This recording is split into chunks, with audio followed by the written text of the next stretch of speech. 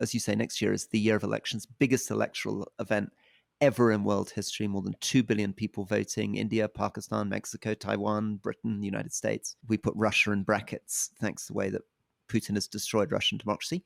But the real question is, will we see, hopefully, one or two great politicians repeat what Tusk did this year, which is break the populist hold on politics and really make a stand for a better vision of democracy so that we don't have this continuing.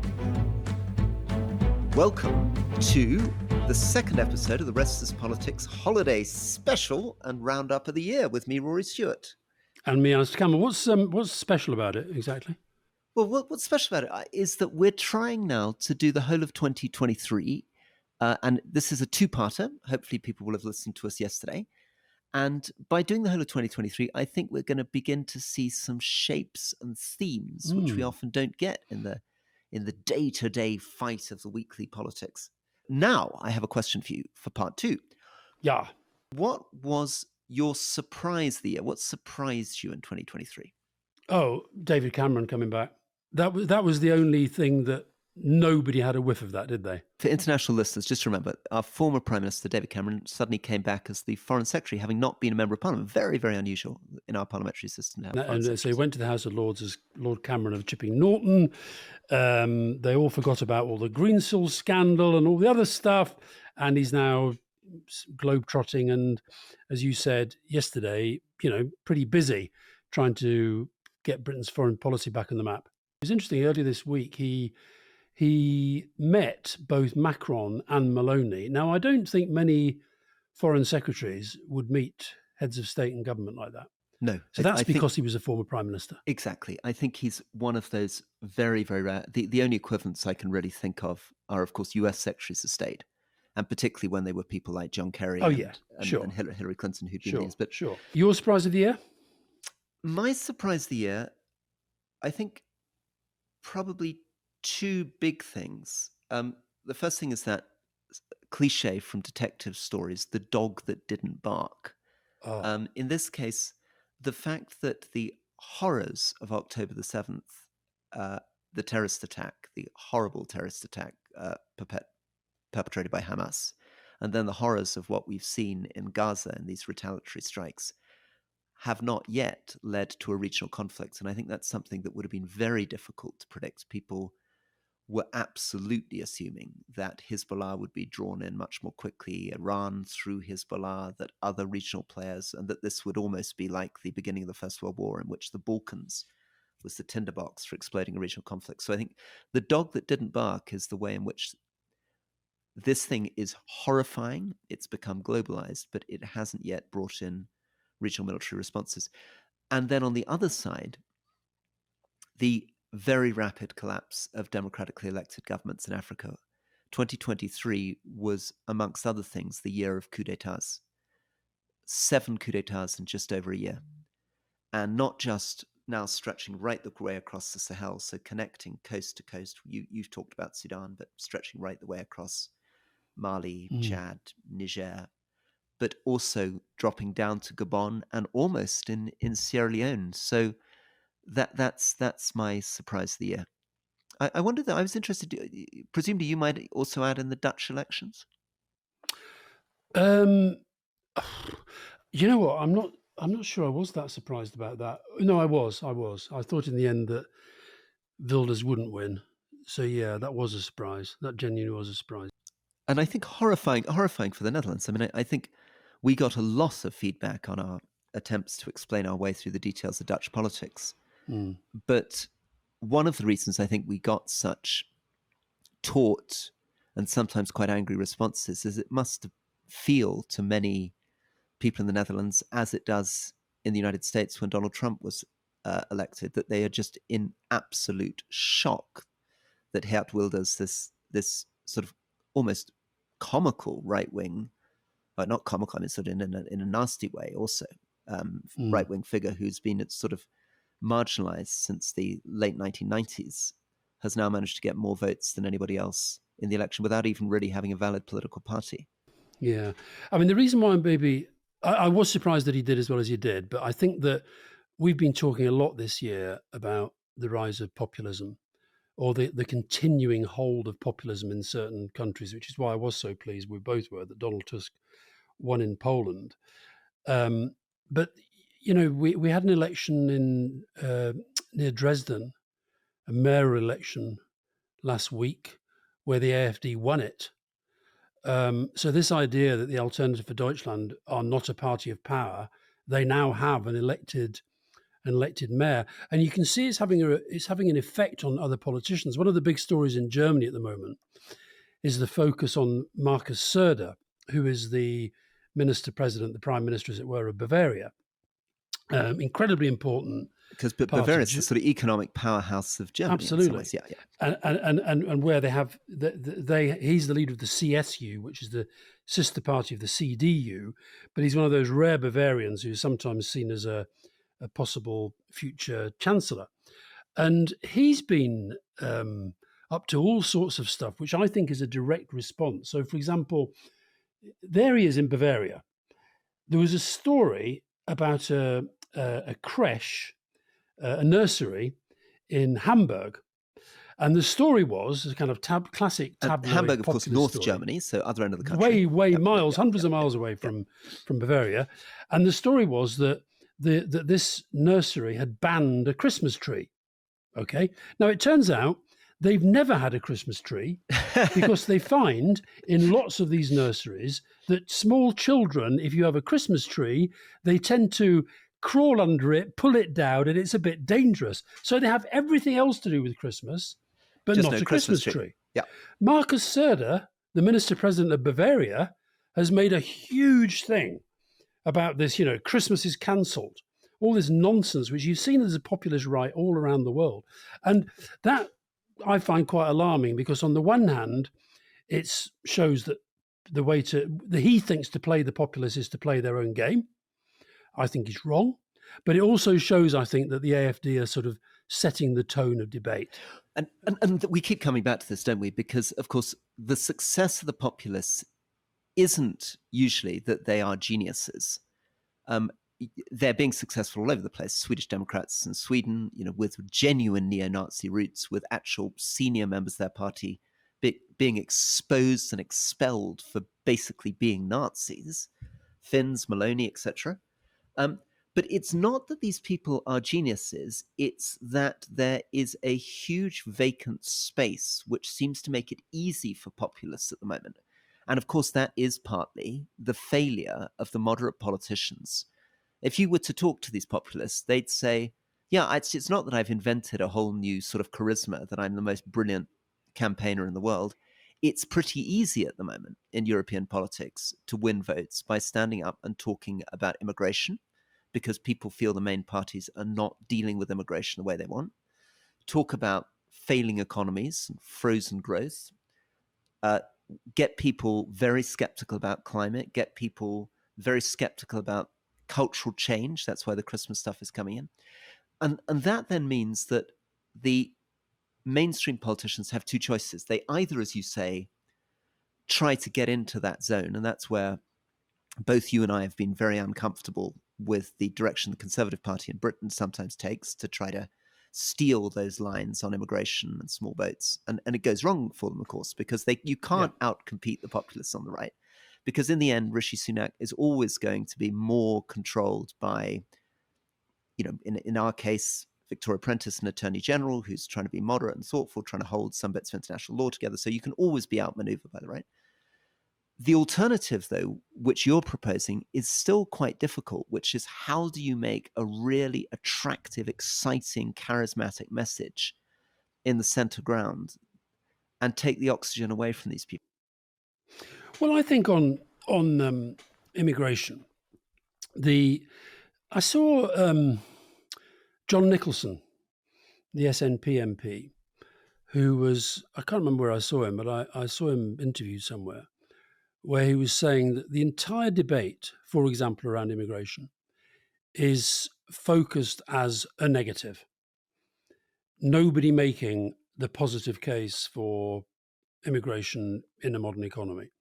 And we've ended up with the worst of all worlds, where on the one hand, you have a government that is saying we're going to we've taken back control of our borders, we're going to get a group of immigration, etc. And meanwhile, because of economic need, and then this much smaller number that are coming through the boats, because of economic need, we're seeing net migration soar.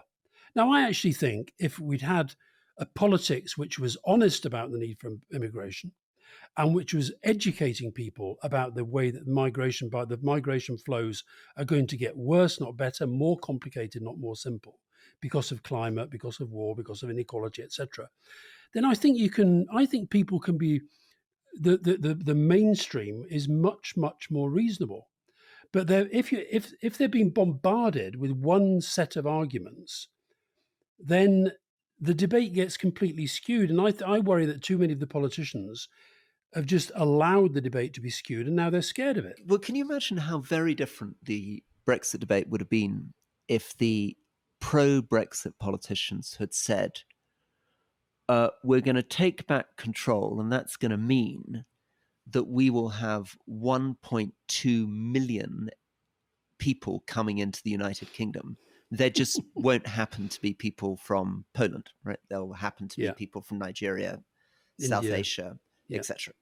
But we'll be making those decisions. Now they put little sort of footnotes in where they implied, but boy did they never say to their voters, we're going to go from net figures of low hundreds of thousands and push up 400,000, 600,000 additional people a year after we leave the European Union. Yeah. And if that had been clear at the beginning, that the trade-off, given that so much of the Brexit vote was about immigration, that people had been clear at the beginning that the trade-off was between probably lower numbers coming from the European Union or higher numbers coming from other parts of the world, I think the vote would have been quite different. Okay. Well, listen, let's jump forward to our next category, which I'm going to jump forward a few because I think it flows from this. Personal highlight of the year. Okay. Now, I had a few going through this. Obviously, both of us very happy to get our books to number one in the Sunday Times bestseller list. That's a highlight. And can I have a little show off here? Go on. I'm back at number one again. You're not. I am. I'm back at number one for Christmas. Yeah. Well I'm done. back at number one. Oh, being number one at Christmas, that's very special. Thank you. And I think it's a bit of a shout out to Goalhanger because I think The Rest is Entertainment, Richard Osman, is top of the fiction hardback charts at the same time as I'm top of the non-fiction. So there we are. Wow. The best Rest is Politics gag of the year was from the comedian Michael Spicer, who said last week he was going to launch a podcast called The Rest is the Rest. And he was going to talk about otters, lawnmowers, and lawns. And Tuesdays, I think. Tuesdays as well, yeah. So the other one for me, though, this relates to our previous discussion, was actually when I did Question Time in Clacton in an audience that had 100% voted leave. And lots of people, you gave me some very good advice. A young girl at the school I visited on the way to the studio, to the recording, gave me some very good advice, which I've used many times since. Persuade without judgment, she said. And I was very grateful for that.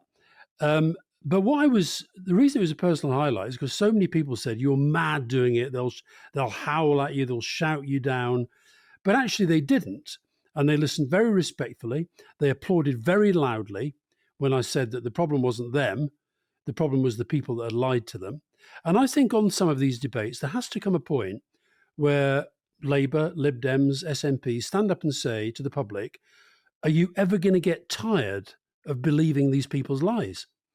And I think on Brexit, I'm sorry, I'm going to keep banging on about it because eventually I think whether it's going back into the European Union, very unlikely in my lifetime, possible in your lifetime, but certainly going back into some sort of sensible economic arrangement, I've got no doubt that is going to happen sometime. Yeah, and I think this is a really interesting moment because I think for you and I, who would at least want to see us back into the European Union Customs Union, which would be much, much better for Great Britain, Northern Ireland, Republic of Ireland, much better for our automobile manufacturers, much better for our farmers, etc., and keep us closest to our closest big markets. But it's also an interesting moment because there's a real crisis in the European Union at the moment about thinking about the accession of these countries in the Western Balkans. We're talking about the accession of Ukraine. We're talking about the accession of Moldova.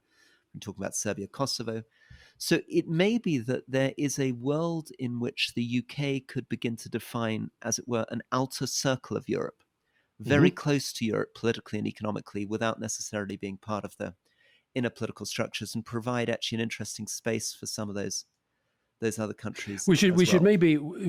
I guess the other personal highlight for us, Roy, is the fact that the podcast has sort of chugged along so well and topped the charts most of the time, and leading. We've been very, very lucky with some of the interviews that we had. But on this theme, I hope people will listen in fairly soon to our interview with Guy Verhofstadt, because he has some very interesting things to say about the future of Europe.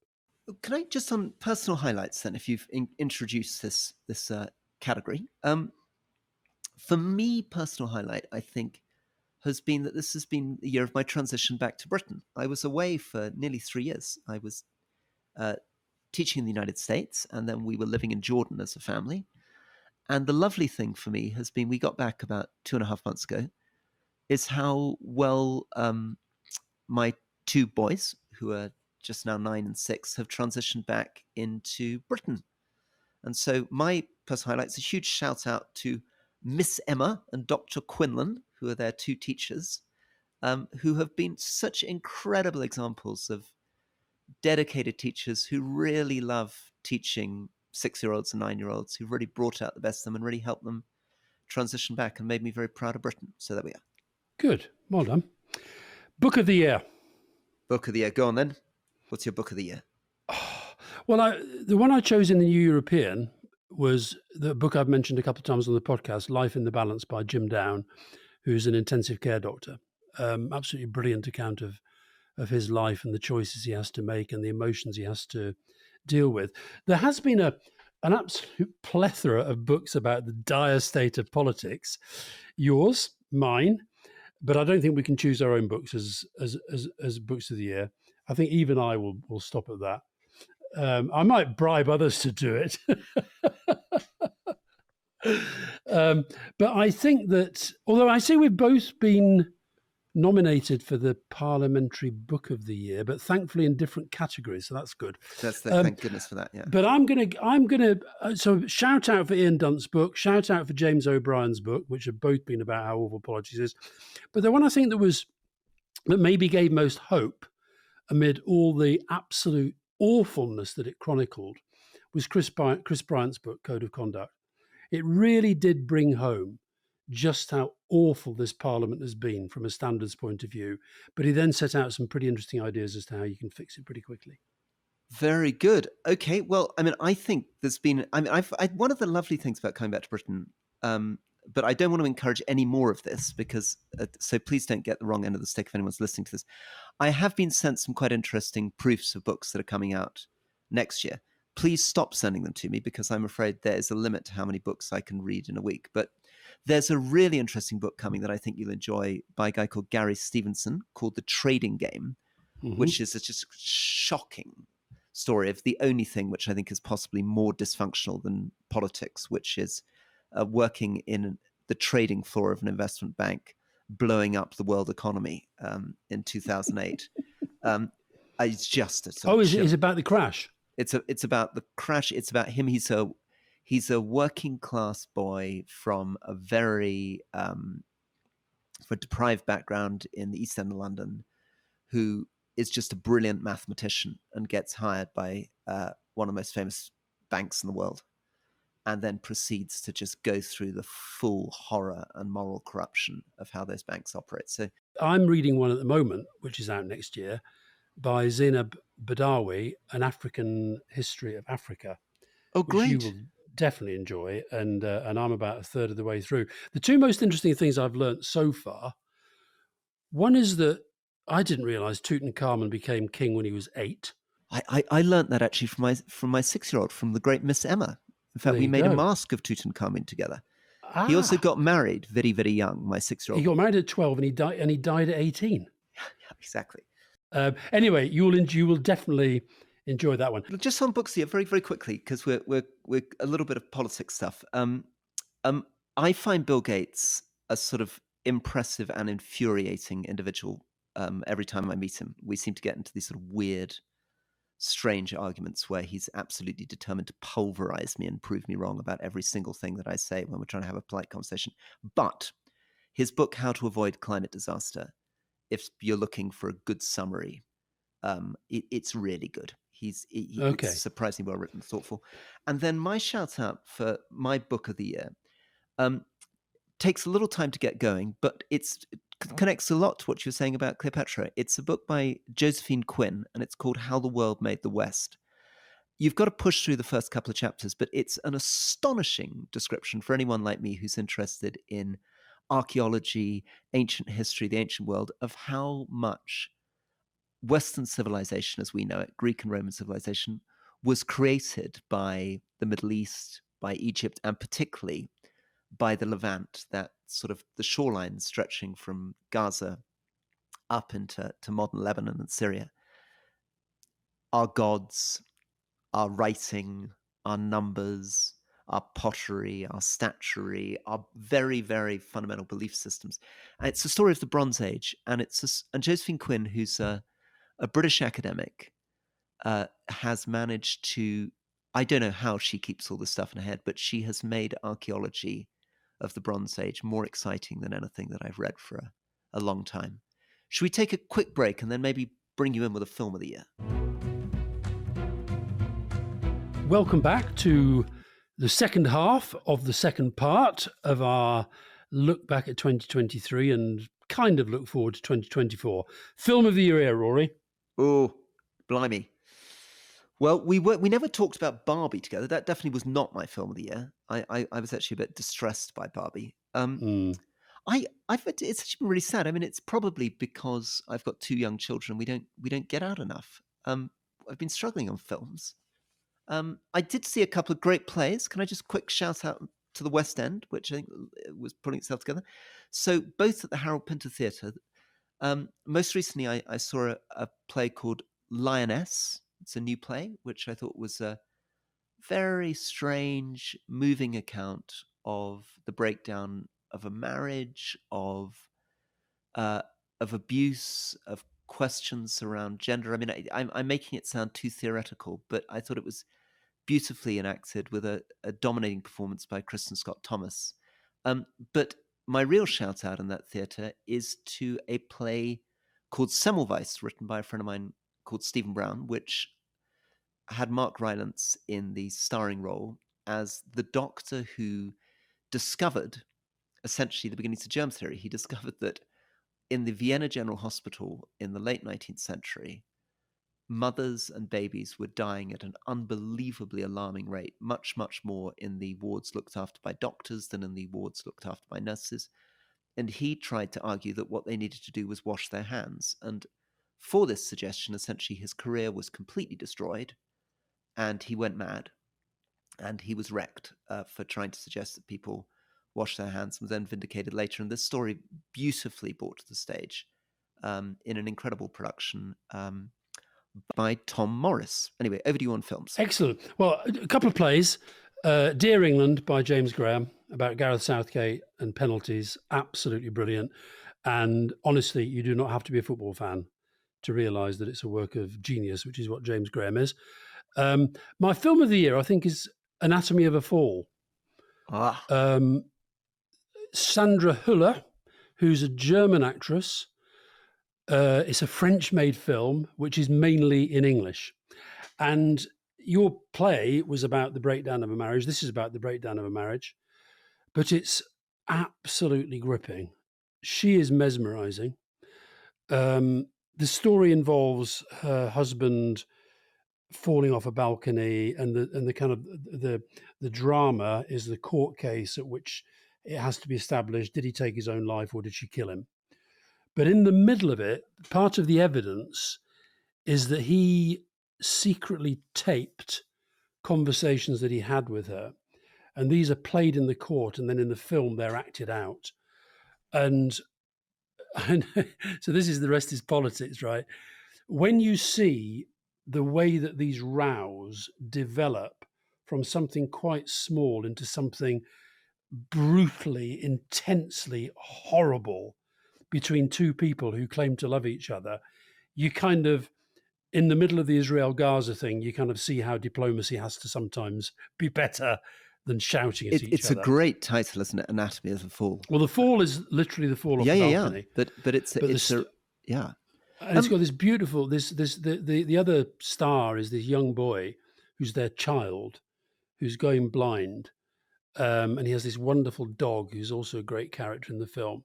But honestly, you'd love it, and it's one of those films that the minute it finished, I always have this habit I'm always the last to leave a cinema because I like to read the credits, and I like to see how many people are involved and see what they're doing. But actually, I got to the end of this one, and I kind of just wanted to stay in the cinema and watch it again. It's one of those films that I will watch again, and I think it'll be even better second time around.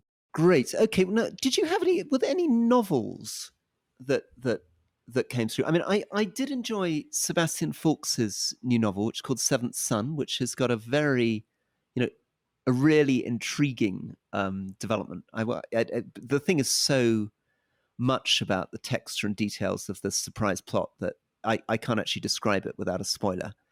But if somebody wants an enjoyable Christmas read, yeah, I've definitely been more on the non-fiction, probably an influence of the podcast, more on the non-fiction than the fiction. But I think the best, and bear in mind, I only read German novels at the moment, so I'm probably going for Das Leben ist gut by Alex Capus. I think that's the best novel I read this year. oh, very good.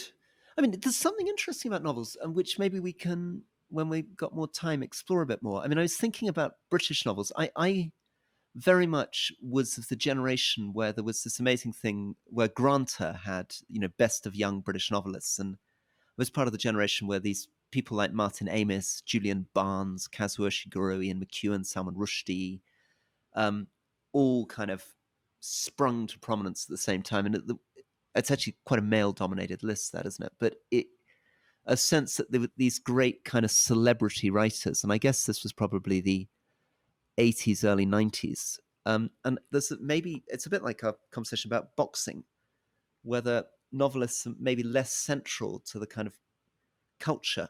I mean, would you be able to? You would have been able, right? I mean, obviously, you would have been able in the 80s, 90s to list off Martin Amis and Ishiguro and all these people. And you'd find it more difficult now, or maybe not? I think it's also that there is, because the means of production and exchange have changed so much, there are more books out there. But I still think you've got a handful of, I mean, I guess the novel, and I'm trying to think of the novelists who every time they bring out a book, you'd want to read it. Ian McEwan, Ismail Kadari, my Albanian Jap.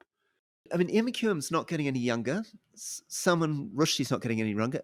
Ismail Kadari, I think, is extraordinary, but again, not getting any younger. Ishiguro has now, got a Nobel Prize. But Murakami. but these very V.S. Naipaul's now died. Hilary Mantel, who I think really was astonishing, has died. John le Carre, who was astonishing, has died. I think it's interesting. Maybe it's just that, as you say, it's much more diverse, and somehow novels, and it's definitely true of poetry, are becoming more specialized. You get more of a sense that there's a real group of enthusiasts who are following young up-and-coming novelists, but they're not sort of dominating the fronts of the newspapers. Absolute, total. I won't brook any argument on this one. Best TV adaptation of novel, Slow Horses, Gary Oldman. Absolutely the best thing on television. I'm modeling myself on him. As you can see, I haven't shaved today. I've just changed my diet. He's got a great management style. I do think. I mean, I think maybe our next book could be, How to Manage by Jackson Lamb. Now, best new place visited, home or abroad? Go on then. I have got a picture of mine. It's called. Can you see that? It's called the 40. Wait. Hold it still. Yeah, sort of. Yeah, go on. Talk us through it. It's called the 40 Foot, and it's a cold water. Well, it's a swimming place in just in a place called Sandy Cove. Oh, that's right. No, we talked about it when we were in Dublin. Initially, I thought there. I thought it meant a 40-foot drop, and then you pointed out it was actually the 40th Regiment of Foot.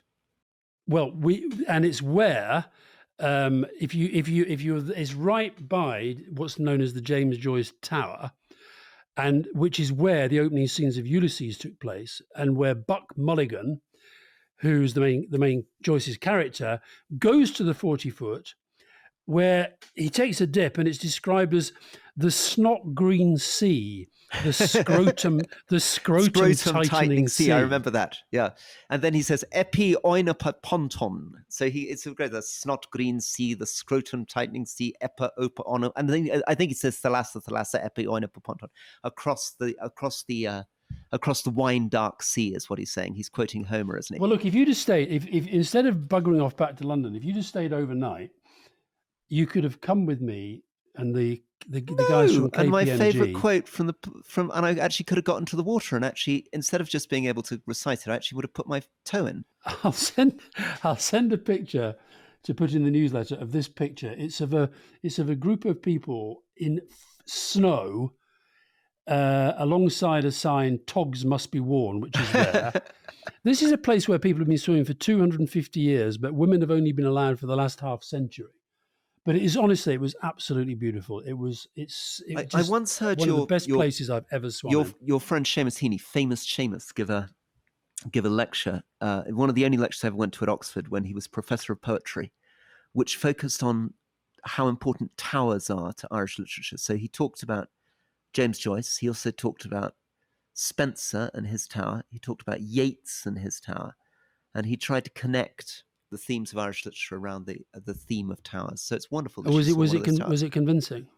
Yeah, I thought he was. I mean, that guy. I was so extraordinary. Again, when we're talking about the strangeness of how culture changes, the way that Seamus Heaney or Ted Hughes dominated our sense of poetry, and how many of us would struggle today to name poets who we feel have the same excitement and stature. Well, Seamus Heaney, that was when we come on to our cultural moment. I was going our cultural event of the year. I ought to say ABBA, because I've now seen it 4 times, and it was absolutely brilliant. And remind us how that works. That's somehow. Well, it's Abba Voyage. These avatars. It's all basically artificial intelligence, but it's absolutely brilliant. And wait. What it does, it makes. But ABBA is still alive, right? So it's people. They're still alive. Yeah. It's taken ABBA from when they were in their prime, as it were. Yeah. And they've used dancers to record all these moves. So what you see, once you suspend your own sense of reality, you are basically watching ABBA back in the 70s and 80s. And it's unbelievable. However, I've given them enough plugs over the year. I'm going to pick out, as my cultural event of the year, the play about the peace process called Agreement, which was on at the Lyric in Belfast when we were over for the Good Friday Agreement anniversary events. And I'm thrilled to say it's going to open in New York in April and May next year. Oh, well, that's wonderful. And it's brilliant. It's about the final stages of the Good Friday Agreement talks. It's very, very moving. Oh, that's great. And I think we've done a big theme this year in Ireland. The guy I was missing, actually, and I've got to with the Seamus Heaney. His fourth tower is Louis MacNeice in Carrickfergus Castle. I didn't do my best new place visited, home or abroad. Right. Do your best new place and do your cultural event. Okay. Best new place visited. I would say shout out to the Rwanda-Burundi border. I've spent quite a lot of time in Rwanda this year. It's a was Sola Braverman there at the time? Was it Braverman or Cleverly who was there at the time? I've overlapped with a couple of ministers when they're there, done a number of visits, because we're doing some very, very interesting programs with the Rwandan government on poverty alleviation with Give Directly, direct cash transfers to remote communities. And it is a very beautiful country. It's a very, very mountainous country. I mean, famously known as the country of 1,000 hills. It's a place where, of course, you can see mountain gorillas. It's a country going through an amazing development story, recovering from the genocide, caught up with some very complicated international politics, of which the British immigration stuff is the least of them. But I thought that was beautiful. But probably most of all, if I was being honest, it's Japan.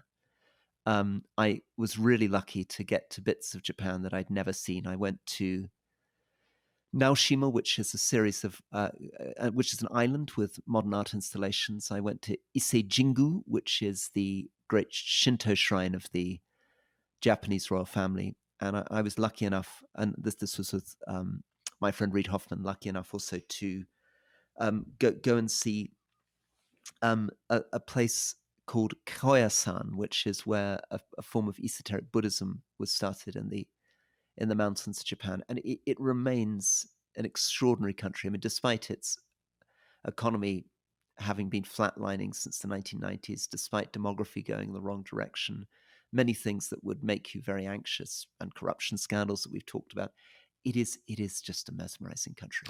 I should say I've flown less in the last 12 months than probably any time in my adult life. And that's been a deliberate choice, Rory. But I'm saying that partly to preempt the fact that I will be traveling in relatively near future to Asia and Australia.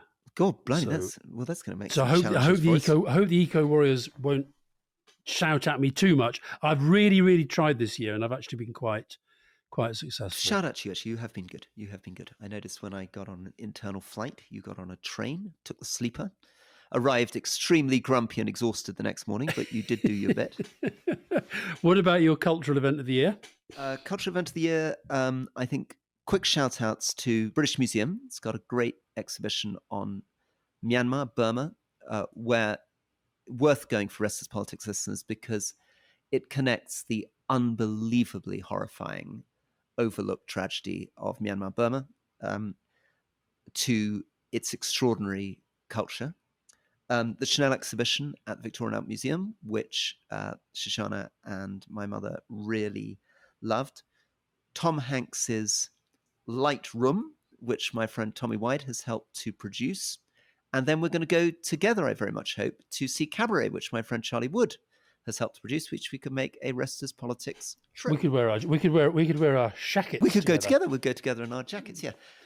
Final one. I think earlier in the year, the National Gallery did a fantastic exhibition on Assisi and St. Francis, which was underground. It wasn't covered much, but it was covering the story of that extraordinary medieval saint through relics, through portraits, through some amazing pieces of contemporary art, through photography, and really bringing to life somebody whose life was such a radical challenge to his age. Now, final category. Yes. Before we have a brief look ahead to 2024, Campaigner of the Year. Oh, well, that brings us back into politics. Come on, then, give us campaigns of the year because we've got a bit off politics. Well, I'm gonna go for three who are not politicians. Okay. I'm going to go for Fergal Sharkey. Yep. Who the rock star turned environmental campaigner. I think he's had more impact on the debate about water quality and sewage than any other person in this country by a long way. I mean, he's actually had an impact to the tune of about £100 billion worth of investment that's supposed to be going in, which will have to be paid for partly by these companies and partly by taxpayers. I mean, he's done something which will be not just an incredible challenge to these companies, but something that will make the UK Treasury or any government coming in think, really take a deep breath, because he's basically saying we should be paying for much higher water quality. He's brought the public along with him. He's won that debate. But my goodness, it's going to be a really expensive investment program to try to get this right. Similar age group, Carol Vorderman. I love the fact that Carol Vorderman has just become this radical, rebellious, noisy figure on social media. And I just love the way she gets up all the right noses. God, tell us what she's been doing. Actually, remind us, can remind people like me who she is, and remind, or as I like to say politely, remind international listeners who she is and what she's been doing. Well, Carol Vorderman, I suppose you call her a TV personality, probably best known for Countdown, but has done lots and lots and lots of different things. But it's just in the last couple of years, really, has started to get very political, very angry about waste of public money, very angry about the lies that have been told by our government, very angry about COVID, very angry about the sort of basic conduct of government. And she's really going for it. She's now tied up with another very good campaigner, Jolyon Maugham, who runs the Good Law Project. Oh, he's the guy that goes out shooting foxes in his wife's kimono. Is that right? He doesn't go out doing that. I think he may have done it once. Right. Yeah. You make it sound like when you go out hunting with Exactly. King That's it. Charles, he doesn't do it It's in not a quite regular the thing. same way. No, no, Not a regular thing, no, no. no. But she's. I think she's made an impact. I really do. And then the other campaigner I want to single out is Peter Stefanovic. I think Peter Stefanovic is Remind us again who he is. he's a lawyer Yep. turned sort of social media campaigner, but every single day he takes apart interviews, statements, speeches by prominent, particularly government politicians, and basically tells the truth about the lies that they're telling. And he's just indefatigable. So hats off to him. Who's your campaigner of the year? So let me try to because we've become quite sort of jolly and rest is entertainmenty. So I'm going to be a bit grim for a bit. I think 2023 has been a year which has not had really big, significant campaigns. If you think back to other years in the past, really big campaigns that we'll remember, campaigns around HIV/AIDS, campaigns about making poverty history, campaigns about climate, Black Lives Matter, people like Malala, people like Greta Thunberg. It hasn't been one of those years. And I think that's partly because it's becoming, we are entering an age of uncertainty and isolation. So I'd say the one person who's really made the running this year and has been an astonishing campaigner on a global level is Vladimir Zelensky, who has still managed against all the odds to somehow keep Ukraine on the agenda. And we'll be praying that he's able to keep that pressure up into next year. But I am worried about this question of campaigning because you're right to pick out those people, but they are quite domestic British. They're quite narrowly focused. I mean, in that list, I'd add the work that the IPP campaign has been doing. My friend Donna Mooney. I'd pay tribute to the Longford Trust on prisons. We could make jokes about our friend Gary Lineker, but this stuff tends to be quite domestic and inward looking. And we're losing. It's something we've talked about. I've been trying to lean into a campaign on global poverty this year. And my goodness, it's difficult to make progress. We're trying to get a fund off the ground, big international global fund, to do for poverty what we've done for HIV, AIDS, and climate in the past, and deal with the 700 million people who are living on less than $2 a day. And despite all the incredible evidence that's now developing, partly through Give Directly, partly through others, at how much difference we can make to those people's lives much more efficiently than we were able to in the past through the use of unconditional cash, we're not getting it going. Well, that probably is a product of the tendency towards nationalism. A lot of these big international campaigns, they either get driven by grassroots, by politics and government, or by celebrity. So, for example, you talk about Make Poverty History. The fact that you had lots of different grassroots campaigns, governments, not least ours, that were really at the heart of it, and big stars like Bono and Geldof and the rest of it. That's what you need. And trade union movements and Trade union, churches. churches, etc. Yep. So that's what's missing, and maybe there's a challenge there to our listeners to think about the cause and the means by which we can get back some of these big international campaigns. I suppose the one that's closest to it is climate. I still think the climate campaigners, in the face of some pretty horrible hostility, have done a pretty good job this year. Okay, Rory, let's have a quick look ahead. Who do you reckon the politician of the year will be in 2024? Hopefully, Keir Starmer. Well, for me, whoever manages to defeat Donald Trump, I don't care who they are. They're my politician. They're my politician of the year. I think we talk a lot about different ages, and if we think about the last decade as being basically a decade of populism, I think as we transition to 2024, the question we'll be asking ourselves is it going to be defined as the decade of AI or the decade, sadly, of global conflict? In other words, is Ukraine and what we're seeing in Israel, Gaza, a sign of a world getting ever more violent and falling apart? So that's the razor edge I think we're on going into the next year. Yeah. My politicians to watch. I think Darren Jones is going to be interesting. Going to tell us about Darren Jones? Well, he absolutely blew my mind at an event I did where he said I was 11 when Labour came to power in 1997. It made me feel unbelievably old. But he's been chairman of a select committee and he's just been promoted to the Labour shadow cabinet as shadow chief secretary. But if he becomes chief secretary in a Labour government, that's going to be an interesting one to watch. I think the election to watch, there are lots of elections next year, but I think one of the most important is one of the earliest, early January. We've got the election in Taiwan. That is going to be interesting because, of course, somebody said there are the three parties that are standing, but there's a fourth party. It's called China, and relations with China are going to be defined. They're going to define that campaign, and the result is then going to define what happens there. Because, of course, the governing party, which has got a new candidate because the president can't do another term, they're in the lead. But the other parties, which were going to come together, that fell apart at the last minute. But if they do well, they have a much more, I guess they would call it, pragmatic approach to China. One of which is much, much closer to the idea of reunification. So that's going to be very, very interesting.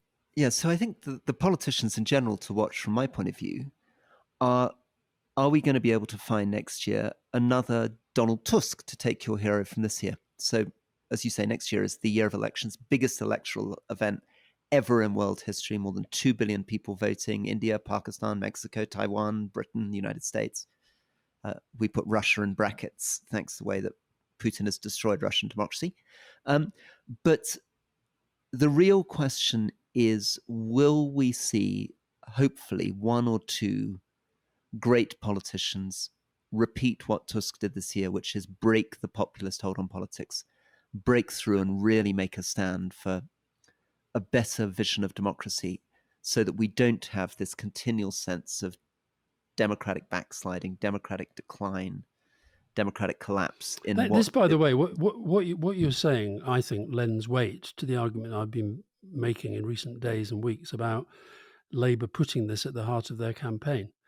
I mean, let me ask you now directly, if Keir Starmer wins, becomes Prime Minister, given it has been a huge swing to get to that, if he gets it, would you put him into that category of? Yeah, I think that would be an amazing achievement. I mean, in some ways, Liz Truss has obviously, and Boris Johnson greatly helped him, but he has, setting aside for the fact that I'm more on the Conservative than Labour side of things, he has turned around the Labour Party very, very quickly. I think you've often said this. He's achieved what it took 3 Labour leaders to do very quickly. But, as we say, his net popularity ratings are still worse than that of his party, considerably worse, and a long way behind.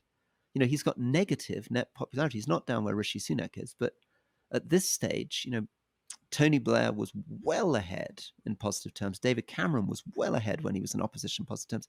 And Keir Starmer's still down. So I think, yes, it will be a really interesting fight, but let's see if he can begin to get a bit of clarity, courage, excitement, because we can't have a world in which, I think this is the risk that populists exploit, is people sort of winning by default because they've just, as a sense of exhaustion and being fed up with the uselessness of the current government. We really need a vision for change. Yeah. Okay, there we are. New Year's resolution for the Labour Party, vision for change. That's the thing we need. That's the thing we need to see. And let's look forward to a very busy, productive 2024. And to you, and a very happy New Year when it comes. I will be in Scotland. You will be where? In Scotland. Oh, different parts of Scotland. Not too far apart. Oh, well, if you're coming anywhere nearby, Alastair, you're always very welcome. Come and kick a football with the boys. If you're up in Highlands, I can continue my campaign to get them to join my campaign against private education. Very good. Thank you. We will look forward to trying to make that work. All right. Lots of love. Bye. See you soon. Bye-bye.